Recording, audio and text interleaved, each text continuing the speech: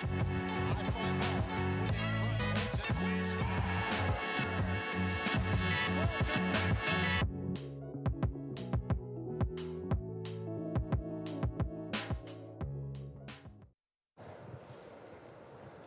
evening, I'm Matt Voltz and welcome to Sports Hour on WNYF. We've got a few exciting sports to get to. First, I'm joined by Brock Papke to talk about some NASCAR, and of course last week Kyle Larson returning to the winner's circle with a win at Bristol. Brock, your thoughts on the race? Man, it was an exciting, tight-knit race right here in Bristol.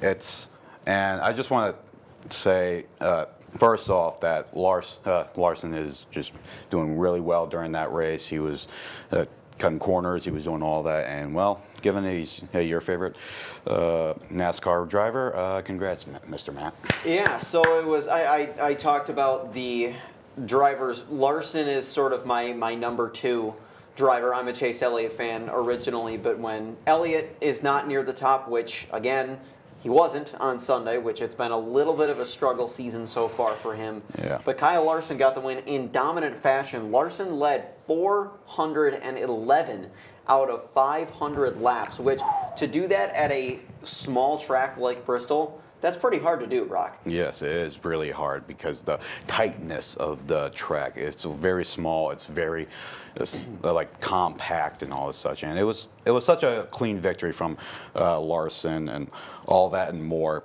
with like the dominant race that is. It's just, man. And plus the following it was just days after John Edwards, my mistake's death, so we have to pay respects to him. Yeah, that being his former executive for the Kyle Larson race team, passed away earlier in the week, and Larson puts on a dominant performance and gets the win at Bristol on Sunday. As he should. He was followed up by 3 straight Toyotas with Denny Hamlin, Ty Gibbs, and Chase Briscoe in the 2, 3, and 4 spots. Brock, we've talked about the struggles of Joe Gibbs Racing, and especially the struggle of Ty Gibbs earlier in the season. Yeah. That was not the case on Sundays. Those three were able to pack together and bring home a 2nd, 3rd, and 4th place finish. Do you think we're seeing a resurgence of JGR? I would say so for now. They are very. They were a little bit dominant throughout this entire race, I would say, but I wouldn't put it past them for just a little bit because. With like the past few races where we noticed like some stuff, but I want to say yes, but at the same time no, if that makes any sense. Yeah, it's been kind of a back and forth, right? I mean, Ty Gibbs had a really, really rough start to the regular season, but he seems to be climbing his way out of the hole that he put himself in. I'm not exactly sure where he's at. I'm trying to find him in the standings. So he's up to 20th place overall in the standings. A few weeks ago, he was buried in the mid-30s. So he's at least able to sort of climb out of that. There's a few drivers that I think are so far in the season, and we've only run 9 races so far this year, but it's a little bit surprising to see as we are now at the quarter mark of the season. Yeah. There's a few drivers near the bottom of the standings that it's a little bit surprising to see them that low. And one major one that's interesting is Brad Keselowski in 31st place. Now, Keselowski, nearing the end of his career, has been doing it for a while, but to see him that low in the standings, Brock, is definitely a little bit surprising after he's had some good years. Yeah, no, it's been a little weird as of late for Keselowski. It's more or less just like, I think he's, I don't want to say senioritis, but like he seems like he's having that sort of thing right there. But I want to say that I don't. It's hard to say with him these days. So I don't know. Yeah, absolutely. There's a few others that are somewhat near the bottom. Daniel Suarez all the way down in 27th in the standings as well is a little bit surprising. He's not had the season that he's wanted to have. I believe he only has 1 top 10 so far through the first 9 races of the year. And Suarez is someone who really had come on racing for Trackhouse in the last few years. That hasn't been the case so far in 2025. He's really kind of struggled. And the success, we talk about individual teams being successful race teams. Joe Gibbs Racing has definitely improved as the season's gone on. Hendrick has been classic Hendrick. I mean, Yeah. William Byron is still leading in the standings, and understandably so. He's got 6 top 10s, 4 top 5s in the 9 races run so far. But the other Hendrick drivers, Kyle Larson sitting in 4th, Chase Elliott 5th, and Alex Bowman in 10th. So Hendrick seems to be on the path of their usual dominance, as well as, you know, some other drivers who are in the mix as well. Tyler Reddick, last, of course, you know, after the great year he had last year, sitting in 7th place. His teammate Bubba Wallace right behind him in 8th. So that, again, that racing, the 2311, which of course is jointly owned by Denny Hamlin and Michael Jordan. Hamlin himself in 2nd in the standings. So a lot of the usual suspects really near the top so far early in the season, Brock. Yeah, no, I do agree with you, man. Oh my God, sorry, Demi Hamlin. Sorry, oh my days. I think I've been drinking too much Celsius today. I just think that he's just doing his best and such, but at the same time, it's just this race. Like he's trying at this point. He's just trying. So yeah, and he's had a solid season to this point. So 1 week off for the Cup Series, as of course Sunday being Easter Sunday. No race this week, but we go from one crown jewel of NASCAR to another, going from Bristol to Talladega next Sunday on the 27th. Yes. That's going to be one heck of a race, Brock. Yes, Talladega, lovely place. I wish I haven't gone yet, but like it's a lovely place, and it's famous for like the most like the famous track of the tire race. My God, this Celsius is kicking in. But it's more or less, it's just like the entire thing being like, you know, from the smallest track to like the largest track. So it's not like any tight knit quarters. It's just more or less just like long stretches of road that you had to deal with. But like for this race, I think it's going to be one heck of a time. Oh, absolutely. I mean, Brock is exactly right. Talladega always brings incredible racing. It's one of the crown jewels of the Cup Series for a reason. You think of Talladega and you think of these giant packs of cars and a track that's over 2.5 miles long. It's the biggest track on the Cup Series circuit. You think of, quote unquote, the big one, you know, those massive accidents that it's not a matter of if, it's a matter of when. You know, you think about those rowdy Alabama native fans with campers, beer bottles, you know, flags and all this sort of stuff scattered not only all over the infield, but the parking lot surrounding the track. It's just, Talladega is an environment in and of itself, and it really honestly it's kind of that track that when you think of NASCAR and you think of what NASCAR fans are really all about, Talladega is kind of what you think of. He read my leader article, by the way. I did read his leader article because I was mentioned in your leader article. Yes. For context, I did like a Hunter S. Thompson sort of article for the leader, and I basically wrote what he described on it. That's right. It's amazing. It was a lovely story of the two of us taking a trip down to Talladega, which I wish was real. I wish it was real, yeah. I wish. Maybe we go in 2 weeks. Maybe. We can find some, if we can find some tickets that aren't, you know, an arm, a leg, and a kidney. Maybe like a few Tridents here and there that of like something some like golds. That, right? We can even try to do something with that, with like an arm and a leg. So yeah. You know, I'm interested to know, like, because you think about the race being in the deep south in Alabama. Yes. But those tickets, there's no way those tickets are cheap. You gotta wonder if there's fans that probably save money all year. I wouldn't. Just to go to Talladega. I wouldn't doubt it. Because the other thing is there's 2 Talladega races. Yep. So I wonder, do you get fans who go to both or who just save up just to go to one? Because there's no way that those tickets are cheap.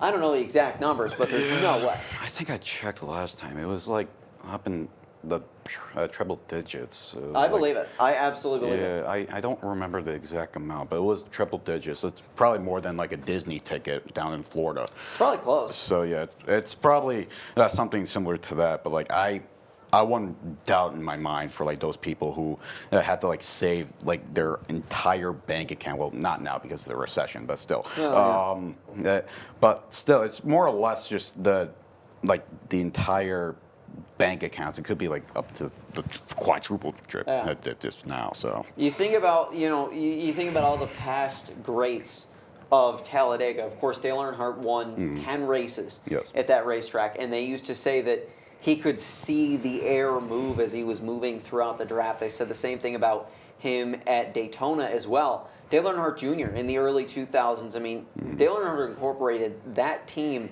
it's very different now. You don't see it the way it was, 20, 25 years ago.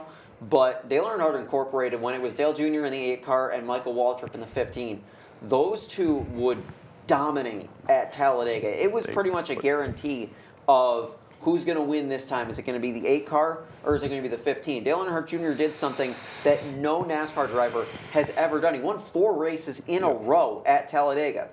He won the fall race in 2001, swept 2002, and won the 03 spring race as well. And just that red Budweiser 8 car, it was special at Talladega, and we really haven't seen a driver dominate here as much since Junior did years ago. Yeah. But I'm wondering, do you have any thoughts as if someone was going to have a Dale Jr.-esque run, who it might be? I don't know, man. It's a tough question. I'm just gonna say, like, none of the current guys, I would say, will probably have been that level. Yeah. Dale Earnhardt, for those who are not in the NASCAR sphere, who's more in pop culture, he's the Michael Jordan of this. So basically, no one comparable.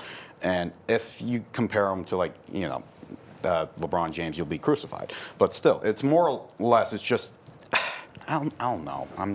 Maybe this is gonna be a hot take. Maybe Deanna Patrick in her prime. That's like the closest thing, personally. Oh, you're talking to the popularity of Dale Jr.? Yeah, I think that's fair to say. I mean, she's, Junior had an unbelievable string of most popular drivers that she was able to break. And now, as far as popularity, I would say Chase Elliott is up there. Because Elliott has won most popular driver several years in a row. But as far as on-track performance, I would say if anyone's going to replicate what Junior did, if anyone's going to come close, I think Kyle Larson has a shot.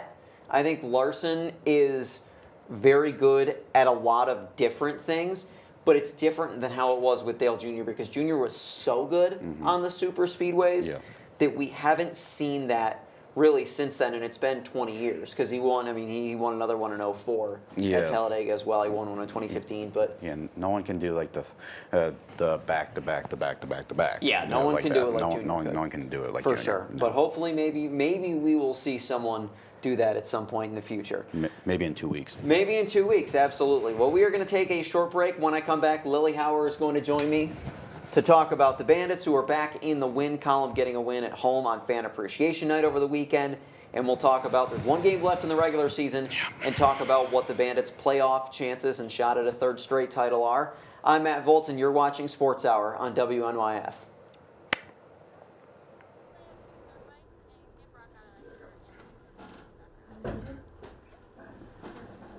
I'll be done. You have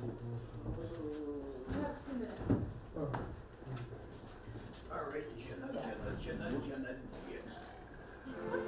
These flowers represent my love, so you can take me with you wherever you go, near or far. These stitches and threads join us together. Me, your mother, and both of you.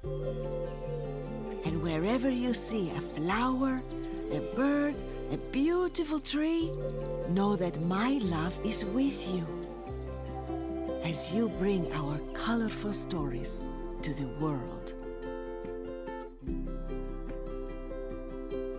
Make the forest part of your story at a park near you. Find one at discovertheforest.org. There was an old woman who lived in a shoe. She had so many children, she didn't know what to do.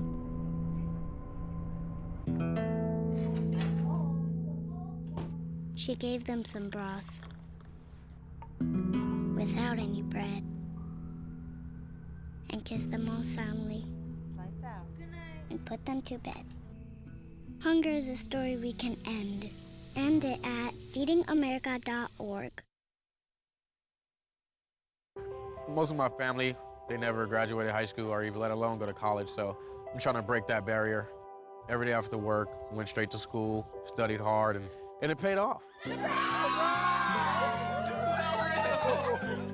I could not have done it alone. I see the future is really bright for me. The high school diploma is just added to the confidence, and now I feel unstoppable. Find free adult education classes near you at finishyourdiploma.org.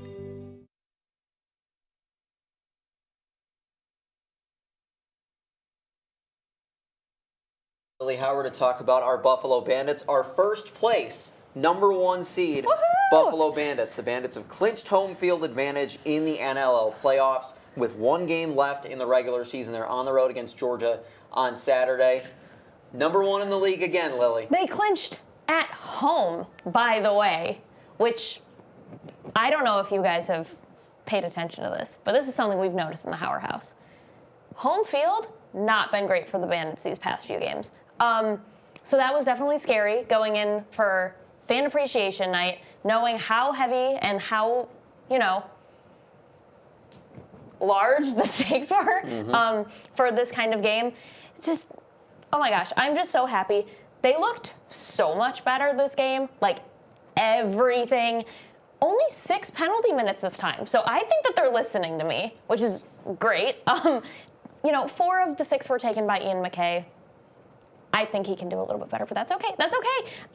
15-12. That, I feel like we haven't seen a score that wasn't just like one-on-one, like that close in so long. I'm just so happy. I'm so excited. Yeah, absolutely. And it was a really good back and forth for a lot of this game. It seemed like Buffalo would score, and then only a few minutes later, Halifax would inevitably answer. And Halifax, of course, being the old Rochester Nighthawks franchise that moved there for some reason, still unbeknownst to me, but Rochester got their expansion team back, and they're also going to the playoffs this year.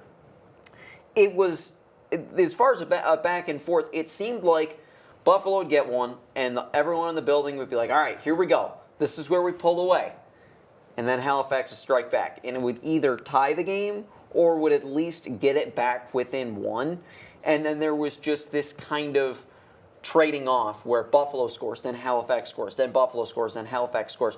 And it was like that for a lot of this game. I mean, Buffalo actually was trailing early in the 4th quarter. They gave up 2 power play goals. Both of those were when Ian McKay was in the penalty box. I can't hate on McKay too much. He did have a hat trick in this game, and his offense has been remarkable this year. But one other thing about the Bandits' attack in this game, too, was that it was not just Josh Byrne and Dane Smith either, Lily. It was, Kyle Buchanan had 4 goals. You had Clay Scanlon had a couple. So the depth is contributing. That's what's going to make Buffalo a dangerous team come playoff time. Yeah, I mean, Kyle Buchanan, once again, putting the team on his back, which Kyle Buchanan is one of the most underrated players on this team, and I think that we need to give him the credit that he deserves. This man glitters and sparkles and shines every single game. So, my GOAT, for real. Shout out Kyle Buchanan. Even seeing goals from Cam Wires? Hello? I feel like a lot of people got in on a little bit of the action, like you were saying. Josh Byrne. Happy birthday, Josh Byrne, by the way. Yep. If you're watching Sports Hour, I doubt you are, but That would be cool, though. Steve Priolo, who, if you know anything about me, he is not my fave personally, but you know what? You gotta give credit where credit is due. It happens. It's just, going into the playoffs, this is definitely the kind of stuff that we want to see, just figuring it out. I don't care what you have to do. I think that this is a really good time, since they are going to Georgia this weekend, relatively low stakes game. They're in #1 spot. They're good. Georgia, I believe Georgia is still in the running for a playoff spot. So, whatever, if they do lose, I don't know how the rankings will look if Georgia does beat the Bandits. But, I think this is a good time for them to regroup, maybe set a few of our better players out for a weekend, give them some time to rest and just figure all of their stuff out. But I think we're at a really good spot. I'm really excited to see where this goes. I am nervous for once the playoffs start because we do have that home field advantage, and you lose, you're out. So it's a little scary, but I'm excited. Yeah, absolutely. I think that part of the going into the game on Saturday, it kind of makes me think of the Bills' regular season finale when they were up in New England against the Patriots when Josh Allen took one snap, and that was the entire game that he played. And we watched a half of football from Mike White in 2025, which was interesting to say the very least. But if you look at the playoff standings, so the top 5 are locked into their spots. You have the Bandits, Rush, Thunderbirds, Warriors, and Nighthawks, who have all clinched. So there's still 3 spots out there for the taking. You've got Calgary at 8-8. They have 2 games this weekend. Then you have Georgia, San Diego, Ottawa, and Colorado. All 4 of those teams are 8-9. They're going to be fighting for the last couple of spots. Then you have Albany and Philadelphia, who are still in it despite double-digit losses. Those teams are both 7-10, but mathematically could still make the playoffs. And then you have the 2 teams that are eliminated. The Toronto Rock, boy, is that lovely. Boy, is that lovely. That's the best. The Rock at 5-11, and the Las Vegas Desert Dogs at 4-13. So there's a lot of teams right in the middle, right all within a game of each other, who are going for the last few spots. This game matters for Georgia. They're going to need a win to get into the playoffs. For Buffalo, they've already got the top seed locked up. They don't need this game. I'm with you, Lily. I have no problem with the Bandits saying, hey, Dane Smith, we don't need you this week. Matt Vince, take the week off. We'll start Steve Orleman. Right, Matt Vince with 51 saves this game? Are you kidding? Like, give my king a break. Let's give Orleman, a little time to shine. Maybe he'll come out here and he will pop off and everybody will be so excited and then, it'll be great. But I think that I wouldn't say, I would say keep Josh Byrne, keep Chase Fraser, maybe rest Bucky. Mm-hmm. I think it does make me nervous going in thinking that so much can go wrong in one game, and it would be such Buffalo luck for something to happen in this low-stakes game. So I think we just need to take all the precautionary measures that we can. But so happy about the Rock not being in the playoffs. I am so happy. The teams that I am really nervous about, the Warriors and the Nighthawks. And the Warriors, I never thought I would say I was worried about the Vancouver Warriors in the playoffs because they're not good. Right, they haven't been good. It's just, they're hungry. They are ready. They have beat us before. I think they would be willing to do it again, and to do it again in Buffalo. If this is, oh God, it's making me a little nervous. But I don't know. Nighthawks too. They've been really good. Both of those teams have so much talent. It's hard to say what's going to happen, but I think we can pull it off. I think we'll be good. Oh, I agree. The thing for me, the thing that makes me nervous for Vancouver is Christian Del Bianco. Mm-hmm. I mean, they're a whole different team with him in net, and it's shown in the standings. They're sitting in 4th place, and they very well could pass Halifax for 3rd. So presumably, Buffalo might not see them for a while in the playoffs, but we'll see how the spring and the summer go. At least my thought, I'm still very confident that this team is going to three-peat. I think it's going to be, it's 2 years ago was a cruel summer. Yeah. Last summer was a brat summer. And this summer is going to be a Bandits three-peat summer. Let's do it. That's what I think. Let's do it. And maybe we can bump a little brat at the KeyBank Center. Why not? Has there been bumping any? That? Oh, I've heard Von Dutch. Did it? Okay. Yeah, Von Dutch, and I think I've heard 365. And back to back. Yes, because our lovely stage manager, Cam, just reminded me she's never even been to a Bandits game, but I have actually heard that at a Bandits game. So it's pretty cool. Yes, they got to get some good music playing. I love some of the goal songs are great. Whenever Nick Weiss scores and Friends in Low Places by Garth Brooks pumps through KeyBank Center, I'm filled with so much joy. The crowd is just electric. It's just everybody just goes insane. Nick Weiss isn't one of those players that you'll see score all the time, which is really cool to see him score. And then get a little Garth Brooks mixed in there. You can't go wrong with Josh Burns either, or Dane Smith. That's a good one. allow Yeah. me to reintroduce myself. But That's it's right. yeah, it's and playoffs and the playoffs at Banditland are just so much fun. Oh, it's special. So I'm so excited to hopefully get a chance to go back. I don't have tickets to the next game. Maybe I will. Things can Yes. change. And if they go to the finals, you know I will be there. So just really excited. It's a really exciting time for lacrosse. So if you haven't started watching it, you should probably start watching it. Oh, 100%. I mean, especially now you've got, we're in the off season for the Bills, and the Sabres season is going to be over this week. They're playing right now in the second period, scoreless against the Toronto Maple Leafs, and we'll keep you updated as that score changes in their last game of the regular season on Thursday at home against the Flyers. Jenna and I will talk more about that in our next segment, but the Bills are done. The Sabres are about to be done. The Buffalo Bandits are about to start their playoffs, and their first round playoff game is in, 10 days, I think? Yeah. Not this upcoming Friday, but next Friday, April 25th at 7:30 p.m. They don't know who they're going to play yet. That's going to depend on the games this weekend. We could see Georgia 2 weeks in a row.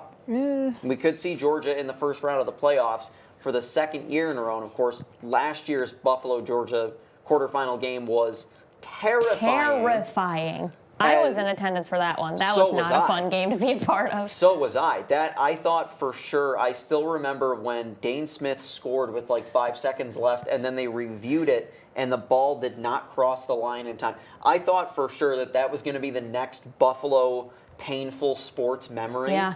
Is that's how we were going to lose that game, and they were going to end up scoring the winner in overtime. Toronto did just score in the Sabres game, by the way, so the Sabres are down 1-0. Awesome. With 6 minutes left in the second, but Hey, I mean, at least we have the Bandits. We have a Buffalo team who can win. They've proven that they can win. They've done more than the Sabres because who playoff hasn't? spot against. But yeah, It's fine. pretty much. But yeah, totally this is the time to be a Bandits fan. Yeah. I mean, they're got the top seed locked up, going for a third straight championship, and that championship run begins next week on Friday the 25th with their first round playoff game. Well, thanks as always for joining me, Lily. We're going to take a short break. When I come back, Jenna Polito is going to join me to talk about the Sabres and the rest of the NHL. I'm Matt Volz, and you're watching Sports Hour on WNYF.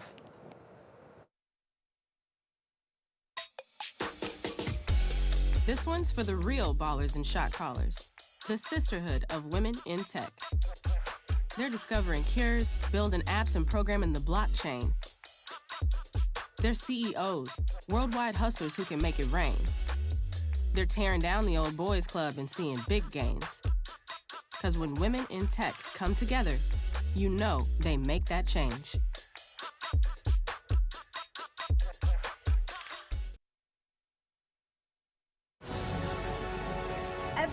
Every day, millions of people are connecting. and even though we're overcoming obstacles, watching each other's backs, And banding together. we should still make an effort We should still make an to effort. get to know each other. On a deeper level. Father, Cosplayer, Mentor. actor. it's time we take a step forward It's time we take a step forward. Come together. and discover How accepting our differences can make us stronger.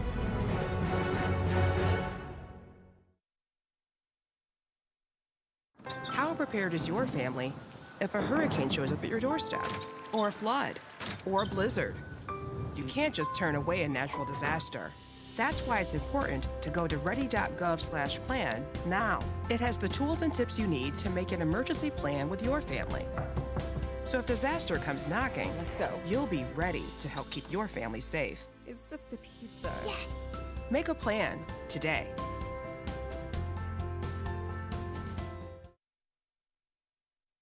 Most of my family, they never graduated high school or even let alone go to college, so I'm trying to break that barrier.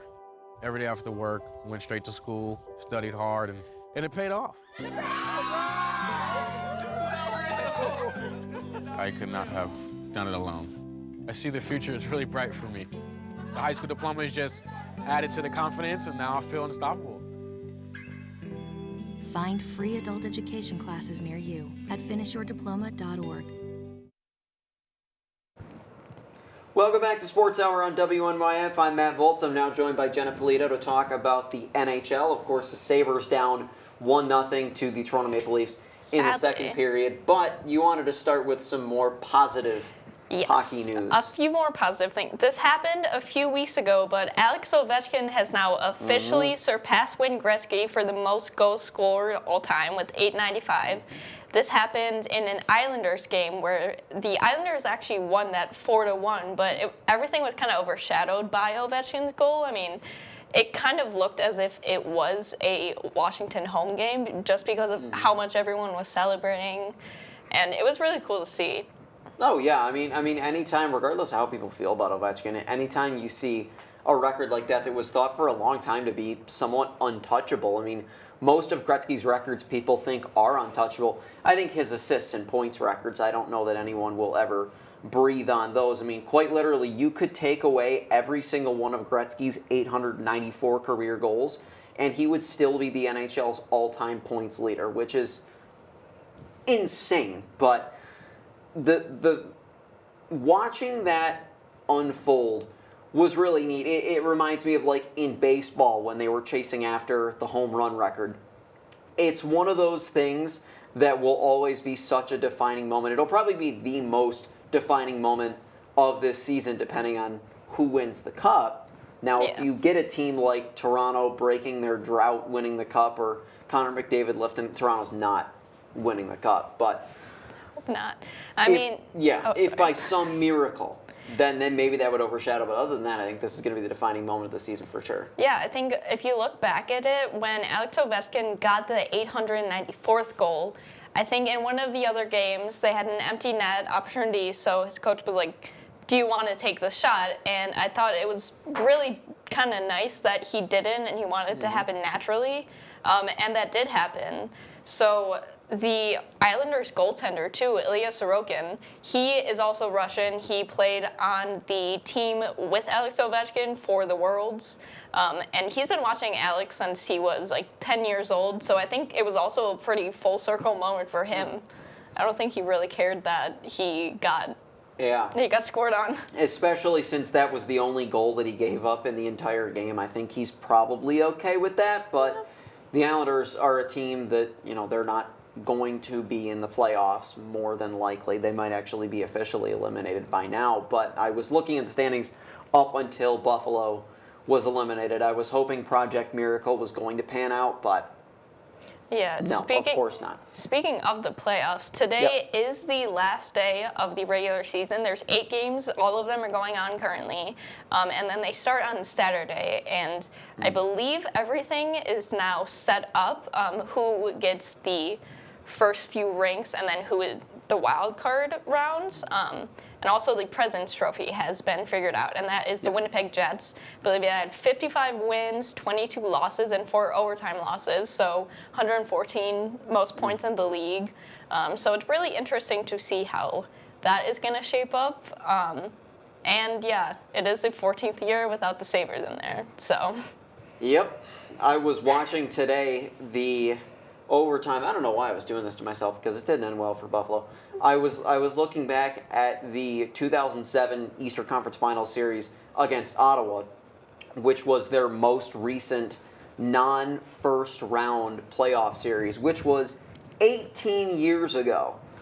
The Sabres have not gotten past the first round in 18 years. That is a correct stat. But it was so interesting to watch just how much hockey has changed since the last time the Sabres were even in the playoffs. There is not a single player on the last Sabres playoff team who is currently playing in the NHL. Tyler Ennis was I think 21 or 22-year-old rookie on the Sabres' last playoff team, and Ennis retired at the beginning of this season. Yeah. How sad is that? It's so sad to think about it, and of course it still reigns true, people leave or get traded out of Buffalo, and then that is when they have their chance. I mean, you look at Dylan Cousins, he was drafted by the Sabres, and now with the Ottawa Senators, they're in a wild card position, if I'm not mistaken. Yep. Or Jeff Skinner, for his entire NHL career, hasn't been to the playoffs, and now with the Oilers, he is. So there's a little bit of hope there. Something that makes it even more depressing, in my opinion, is the Sabres didn't even lose their game that they needed to win. It was Montreal that won their game. So yeah, and it's interesting. So I was looking at this the other day. The list of the players in the NHL who have played the most games without playing a single playoff game, out of that top 10, like 7 of them are either current or former Sabres. Rasmus Ristolainen is now number 1. It used to be Jeff Skinner, but because the Oilers are going to the playoffs, Skinner's not on the list anymore. Rasmus Ristolainen is number 1. Zemgus Girgensons also was on that list, but he's going to the playoffs with Tampa Bay, so he's no longer on there. I think Girgensons was number 2. So Ristolainen is number 1. Rasmus Dahlin is like number 5, which is disgusting, but that's sort of beside the point. There's a few other Sabres who are on there. I can't remember specifically, but it's like almost entirely former Sabres, which is just kind of sickening. What's even more sickening is that the Sabres kind of were on a little bit of a hot streak before their elimination. I believe they had 5 consecutive home wins. And I mean, Tage Thompson was having a great time in the Tampa Bay Lightning game where they won 3-2.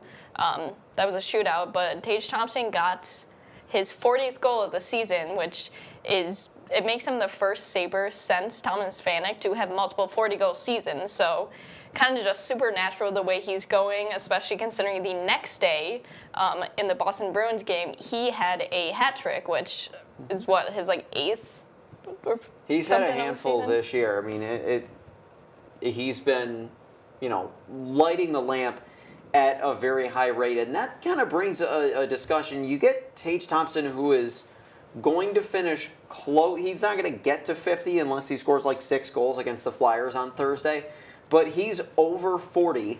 Alex Tuch over the 30-goal mark. You have Ryan McLeod as a 20-goal scorer. J.J. Paterka is a 20-goal scorer. You've got several players who can score, but yet Buffalo is out of the playoffs again for the 14th year in a row. And it begs the question, it's okay, the offense doesn't seem to be a problem, so now what has to change outside of that? And defensively, the Sabres, besides Dahlin and sometimes Power, the Sabres are a mess on defense. I mean, they're constantly in the wrong position, and this goes for more than just the defensemen. This is the forwards playing defense too. They're constantly in the wrong position. They're horrifically unaware. Matthias Samuelsson has some of the worst defensive zone awareness that I've ever seen a quote-unquote stay-at-home defenseman ever have. The only stay-at-home he does is that he doesn't show up for the games. That's pretty much the extent of it. The Sabres defensively have got to commit to being a better team. I know that they tried to do that last year with we're going to commit to defense, because everyone knows that a commitment to defense is just signing 2 depth defensemen in free agency and calling it a day. Nice job, Kevin Adams. But I think Buffalo has to figure out how they want to play as a team. You can score, that's great. The power play and penalty kill could get stopped by a peewee. The power play can get stopped by a peewee goaltender. And the penalty kill, opposing power plays could figure that out in their sleep. Seth Appert, it's a nice little story with him being a nice little pretend NHL coach for a year. I wish that I could get a coaching job completely unqualified as well. I'm not lucky enough to work in the Buffalo Sabres organization, although I'm probably about as qualified as many of those who do. So my solutions, get a real power play coach. For crying out loud, get a real special teams coach. Somebody who actually knows how to run a penalty kill, not your best friend from Rochester because he knows how to pour your coffee. Get some real assistant coaches, figure out what is wrong with Ukko-Pekka Luukkonen, he's had a terrible year, and move forward from there. Yeah, I mean, touching on the goaltender reinforcement, I think that's really what we're looking for. But again, the game where we got eliminated, it was a 3-0 shutout for James Reimer. He saved 33 of the shots that he faced. And I mean, yes, Ukko-Pekka Luukkonen has had kind of a bad year. So I really think we should look to kind of bring someone in to kind of fill that position or like kind of just be on the side. I think Devin Levi has been doing great in the AHL in Rochester. I think he should stay there for some more development. But yeah, we really need to kind of look at gaining some more depth, especially with our defense. And now because Owen Power is injured. He Yep. was injured in the Panthers game and looked really nasty. I don't know if you saw the video. It was a lower body injury, which people are now saying that it may carry over into next season. So that is something we really need to look at, in my opinion. Lovely. That's just, it's the hits keep on coming. Not only that, there's now an issue with KeyBank Center itself. There was some news that came out that supposedly Erie County is talking about walking away from their lease with KeyBank Center. If that happens, the city of Buffalo would then be in charge of footing the bill for KeyBank, which supposedly needs hundreds of $1 million worth of renovations. So the new roof didn't fix everything, surprisingly. But apparently the city of Buffalo has said that they can't afford to foot that bill. And the mayor of Buffalo, Chris Scanlon, said that he didn't know that Erie County was even thinking about ditching their lease with the arena. So not only are things not, unicorns and rainbows, pink and glitter, sun shining, la-di-da every day, things are the exact opposite of that. It's like the two teams that play in that arena could not be more different. The Bandits are pink and unicorn and rainbows and happiness and sunshine every day. The Sabres are like when you walk into Target on Black Friday and everyone's fighting over the last Cabbage Patch Kid. It's honestly probably worse than that because no one's there to fight over what the Sabres have to offer. The only fight is on the ice. And it's not the Buffalo Sabres showing that fight. That's really pretty obvious. But I didn't know about that either with KeyBank, which is interesting because we're also slated to host a game in the Final Four round for March Madness in 2025. So it's very interesting to see how that one plays out. It's going to be interesting, and if nothing else, it's a lesson that maybe those in power in Buffalo outside of the hockey team should probably have an idea of what they're doing. Maybe it's a good idea to know how to run a city before you run one. I mean, or know how to run a hockey team before you run one, but that hasn't been the case in Buffalo either. Put me in, coach. Put me in for Kevin Adams. I think you would do a better job. I think you would do a 100% better job. I think I would too. I mean, absolutely. Well, thanks for joining me as always, Jenna. We are going to take a quick break, and then we've got one more segment as Sam is going to be joining me to talk about Formula One. I'm Matt Volz, and you're watching Sports Hour on WNYF. When you think of the local lowdown, what do you think of? Well, when I think of the local lowdown, it's the live music that we have played in the studio. It's got to be the laughs we shared. The memorable moments during the whole thing. Oh my God, so fun. The local lowdown for me is the people behind the scenes, the amazing team that we have making the show. Oh, it's got to be exploring all sorts of genres and music I've never heard before. Oh, easy. Going out to shows and talking to artists and getting the latest news on what they have planned for the future. It's about these artists, man. Giving them a platform to showcase what they've worked so hard on and show their music to the community. It's all about supporting the local scene of music to keep it running for years to come. And of course, the band merch. You can't forget about the merch.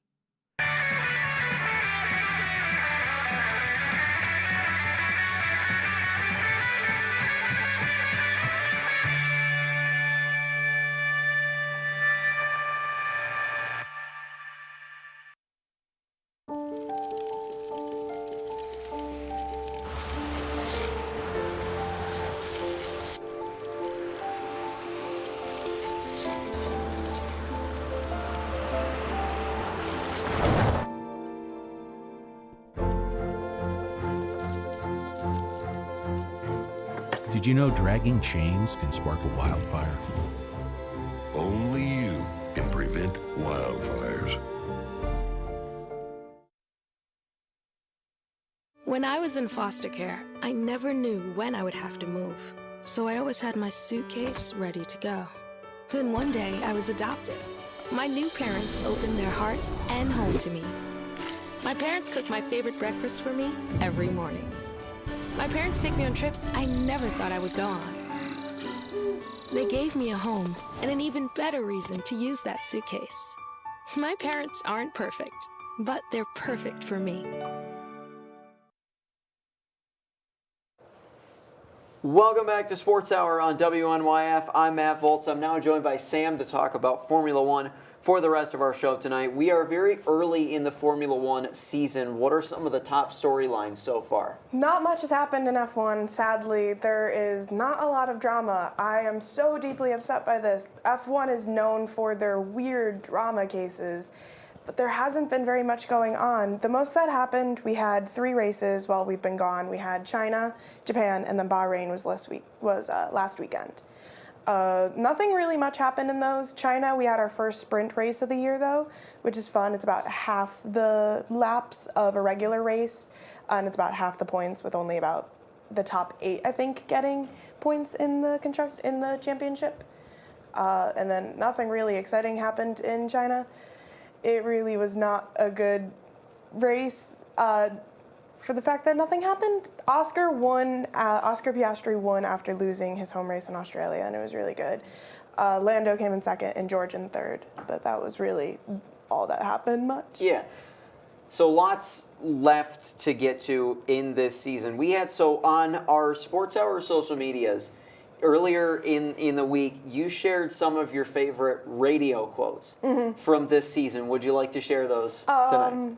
Go like that post. It's very fun. Me and one of our producers, Anna, are working on that together, and it is so much fun. My favorite quote so far of the season is, I think it's China, I think it happened.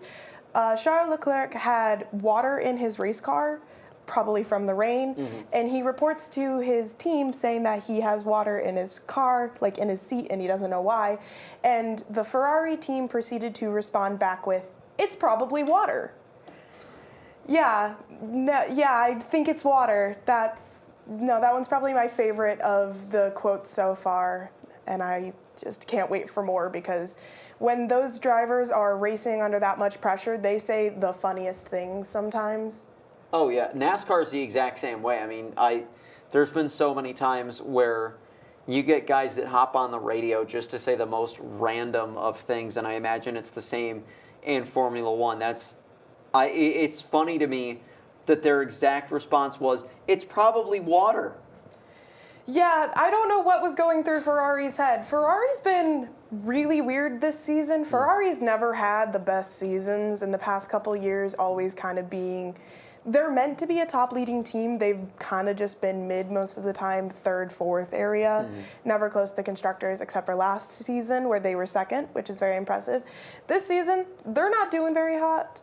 I think they are 3rd or 4th in the Constructors' Championship, which is not good, considering that Williams was actually ahead of them before the Japanese Grand Prix, which Williams is always a mid-tier team. They are always 6th, 7th, maybe 8th sometimes.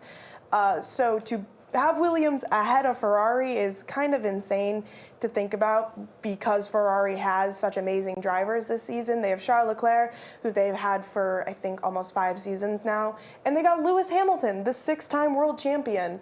And they are basically throwing out this amazing driver because their strategy and their car is kind of bad. In the last race, they chose to put on hard tires, which were not the favorable tires. Hard tires last longer than like the mediums and the softs. But the hard tires were not the favorable tires, which basically caused Ferrari to lose the 3rd place spot in Bahrain to Lando Norris, who needed it to stay at the top of the Constructors' Championship. But even so, I would have loved to see Ferrari have that 3rd place, even as a McLaren fan, purely because they kind of deserve it after how bad they've been performing for the past 4 races. Yeah, so it's interesting that they would go with that. Was it because the track was wet that they decided to go with the hard tires, or just that was their choice? Track was not actually wet in Bahrain. The Bahrain track, it's a night race, which means that we don't have to stay up late to watch it. It's 7, it's like 12 o'clock here, so it's a great race. But it was not a wet race. I honestly have zero clue why they chose to do the hard tires. I think they wanted it to last longer than everybody else. Mercedes put on soft tires, which are the faster tires, but they degrade quicker, which probably wasn't the best choice because it meant that George couldn't attack Oscar for first position, for first place. But I have honestly no idea why Ferrari chose the hard tires. I imagine it's probably to last longer than the rest of the group, But in all honesty, they're the slower tires. There was only 27 laps left. The mediums would have been a great pick, and I have no clue why they chose hard. It's weird.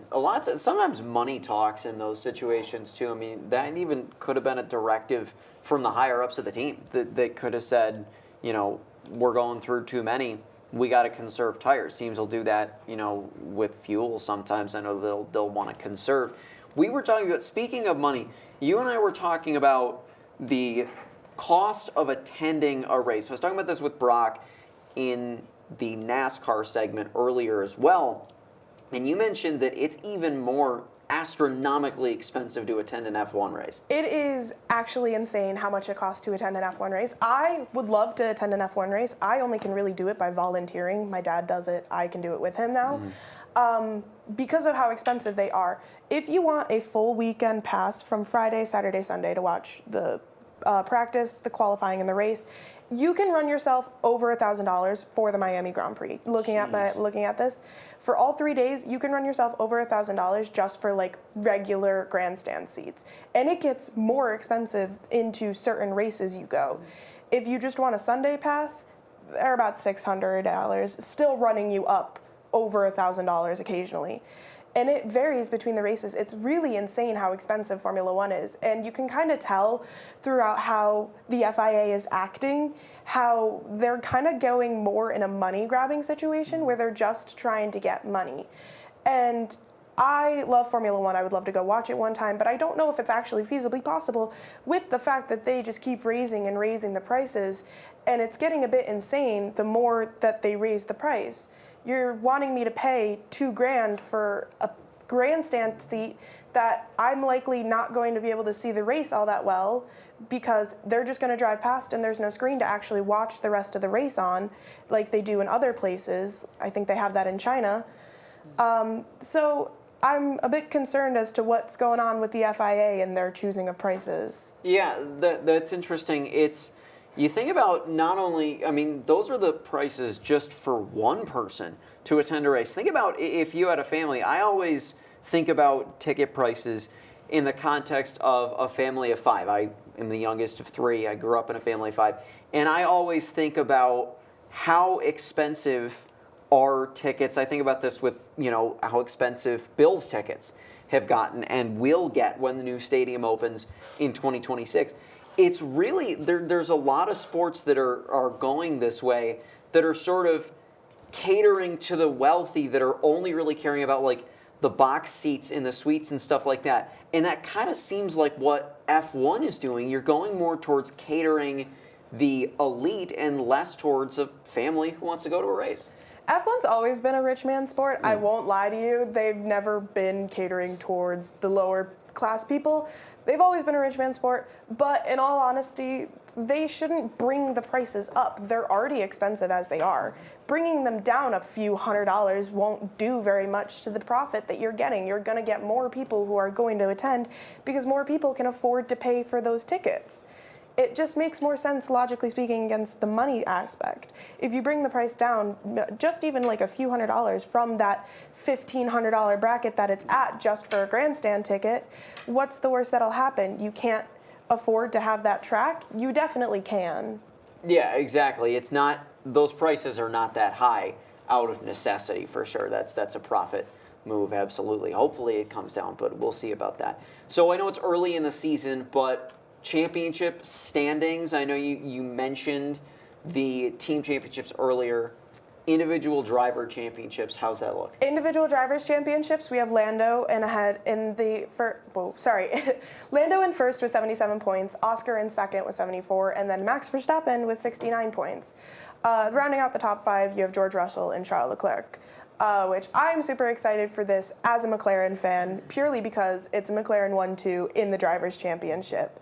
Another exciting thing is we have a rookie in the top 10. We have Kimi Antonelli in 6th, which is insane to think that a rookie could outrace Charles Leclerc in the drivers' championship. When it comes to constructors, it's a bit different than the drivers' championship with McLaren being at the top, Mercedes, and then Red Bull.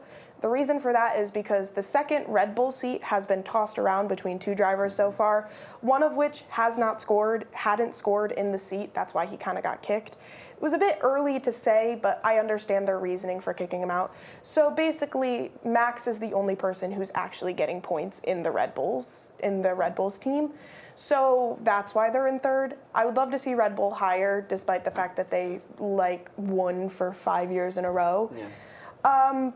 But I'm super excited as a McLaren fan that McLaren has the chance to have a drivers and constructors championship in their pocket. Yeah, I mean, that would be an enormous season for them to bring home both of those. You talk about, a winner's purse that could come home with that, absolutely. So next race on the schedule, they're heading, where are we at with the next race? The next race, we are heading to Saudi Arabia, Jeddah. We are heading to Saudi Arabia this weekend.